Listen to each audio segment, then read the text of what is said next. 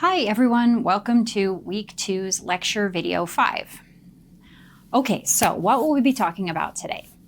As you know, in this module, we'll be taking you through the different phases of the entrepreneurial process, from opportunity identification to launching a venture, scaling a venture, to later stage issues like resourcing and networking. This week's theme is going from problem, we talked about in week 1, to solution. And another way to think about problems is that they often correspond to entrepreneurial opportunities. So today we're going to start at the beginning of the process with opportunity identification. There are two main schools of thought within entrepreneurship research. One says that opportunities are out there in the market and just need to be identified by alert entrepreneurs. This is a very economics-based approach, and you may have learned about economists like Schumpeter and Kirzner and Knight. So we're going to start by talking about this approach and assume that if those opportunities do exist, what are the sources of information that makes entrepreneurs alert to them? But really, these are quite generic. Everyone has access to these sources, and so there's another school of thought which argues that opportunities are created out of the process an entrepreneur follows, what she or he starts with and the interactions they have with different stakeholders, which shape the venture in important ways. So then we're going to shift gears and talk about one of the secret sauce ingredients that successful entrepreneurs use to create opportunities. This is where we'll go into the process of effectuation, which I touched on briefly in my first lecture. Okay, so what are some of the sources of ideas that entrepreneurs look to for opportunities? One thing we know is that entrepreneurs are often careful observers of trends. They have a keen eye for discerning patterns in lots of complex information. So those trends might be societal, like demographic shifts, for example, an aging population, or COVID-related changes in how people interact socially or engage in the workplace. They might be technological trends like advances in mobile technology, e-commerce opportunities that came to light, for example, during COVID lockdowns, or advances in artificial intelligence. They might be economic trends, such as individuals having higher disposable income or a rise in dual wage earner families. Or they may be government trends, like changes in regulations in certain industries or changes in tax regimes. Often opportunities happen, though, at the intersection of multiple trends. Let me give you an example that is actually quite close to home for me. So my husband and I own a 10-acre mixed fruit orchard in the Okanagan. Before we took over the orchard, the previous farmers sold fruit based on a B2B business model, business to business, where the fruit was sold as a commodity to a packing house. We're now using a B2C model, where customers can come and have the experience of picking their own fruit, enjoying the orchard, getting closer to the origins of their food, etc. What are some of the factors that led to us identifying that as an entrepreneurial opportunity? It was really a confluence of various trends. So it would be obvious to say that COVID kind of changed everything. Of course it did. So what that meant for us and our business was that people during COVID were seeking more outdoor experiences. And at the same time, there seems to have been a bit of a shift, a trend of individuals really wanting to know more about where their food comes from, trusting their food, knowing how their food is grown. And then third, on the labor side, COVID also influenced labor market trends in important ways. So at the time that we were trying to come up with our business model, there was a massive shortage of fruit pickers throughout Canada. So a model that limited our exposure to those risks related to human resources was beneficial to us for that reason as well. So with that example, the key takeaway here is that entrepreneurs often spend time looking for and then sifting through data around trends to try to identify meaningful patterns and intersections within those patterns. So I would encourage you to think about how you might tune into trends in a field that you're interested in to be alert to potential opportunities. Do you subscribe to journals like The Economist? Do you keep a diary of trends that you notice? It's kind of up to you to decide how you're going to do it, but it's definitely a strategy that sets successful entrepreneurs apart. Here are a few other sources that entrepreneurs often find inspiration from. Research suggests that more than half of all new venture ideas come from prior work experiences. So let me give you an example. Does anyone know who Chester Carlson is? He's the guy who created the copy machine. Because he was trained and had work experience both as a lawyer and as a physicist, he was able to identify the need within the law profession for clear copies of legal documents, and also had the technical know-how to make it happen. It can also be a personal interest. To go back to my own example that I mentioned earlier, I've always loved growing and preparing food. And so what started as kind of a hobby, gardening, composting, hydroponics, learning about different farming techniques, morphed into wanting something bigger, i.e. farming. And finally, I love this quote by Mark Twain: "Name the greatest of all the inventors, accident." And this suggests that chance encounters and kind of serendipitous occurrences can be an important source of new ideas that we don't really think about. For example, did you know that Post-it notes came from a failed attempt at producing an adhesive?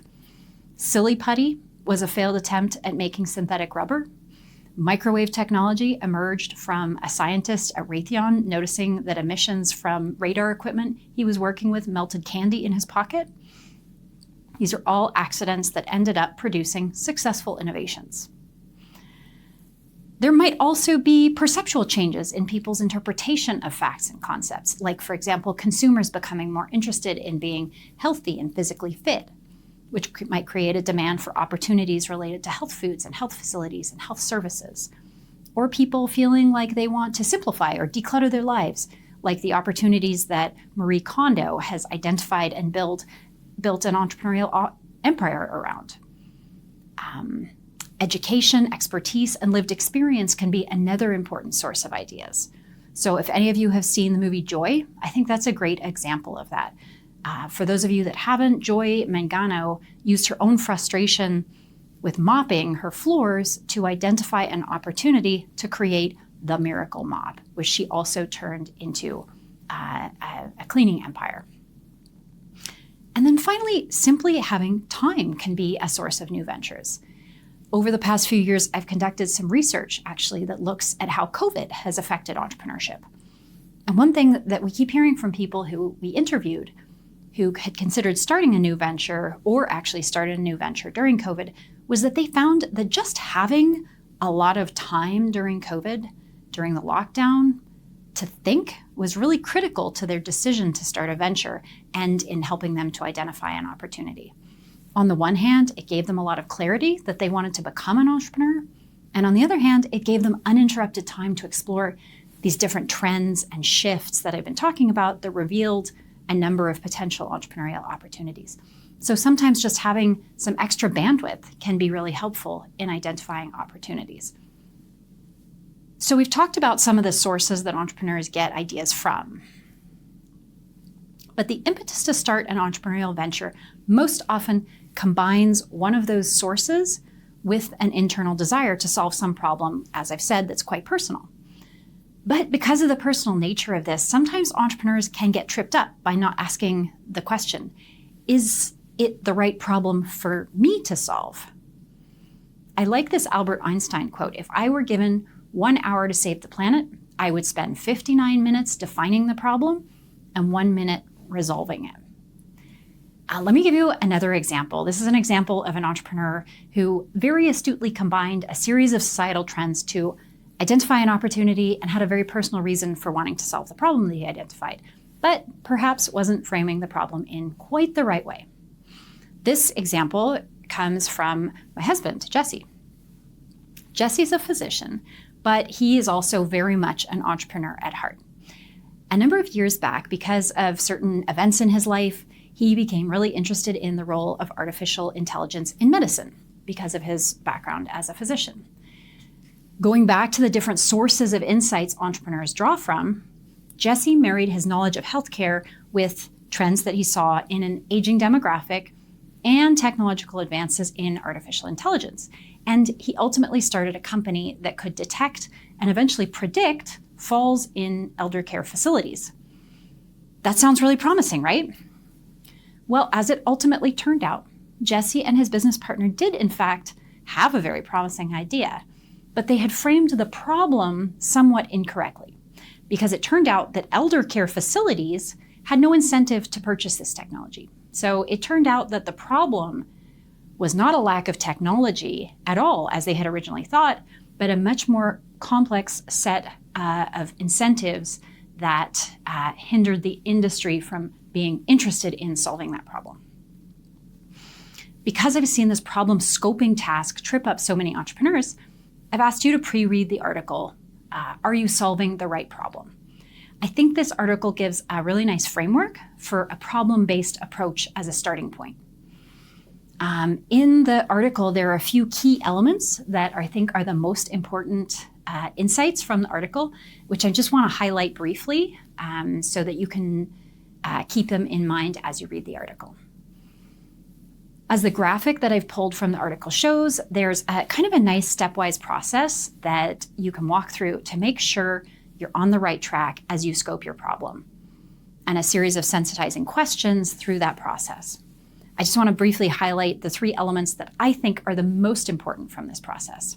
First, from the step about justifying the need, there is a question that you'll see about whether the effort aligns with the broader institutional strategy.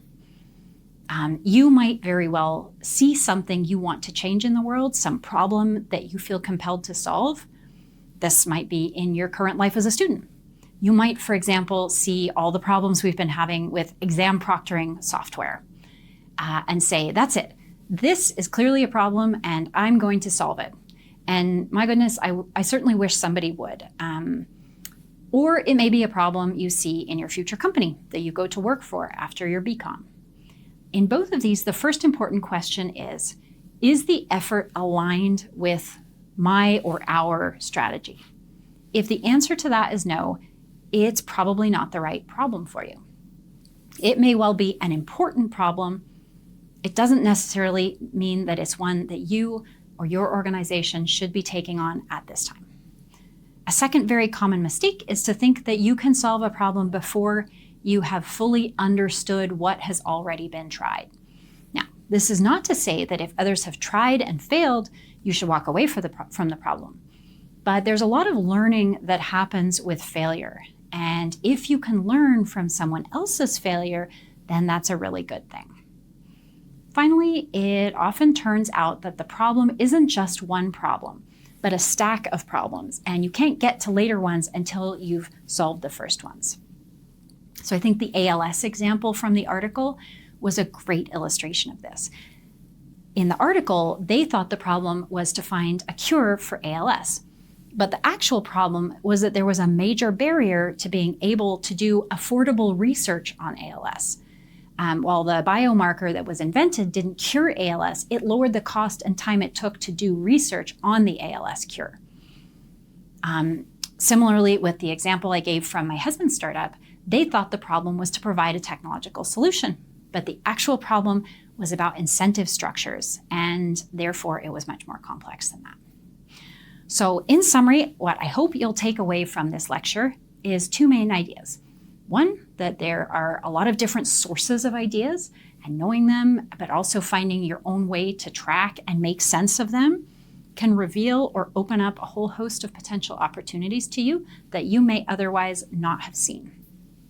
And two, that if the underlying impetus for some idea is a problem you see in the world, it's important to ask yourself some questions about whether you are appropriately scoping that problem. Bye for now.